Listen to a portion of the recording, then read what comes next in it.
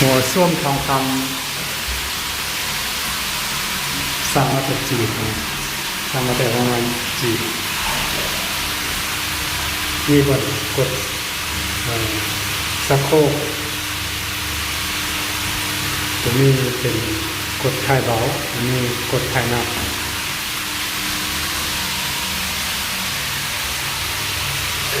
ด้านหน้าเป็นอย่างนี้นะเมื่อเราเปิดในส้วมออกมันก็จะเป็นอย่างนี้น้ำมันจะแห้งออกนะเวลากดตัวนี้กด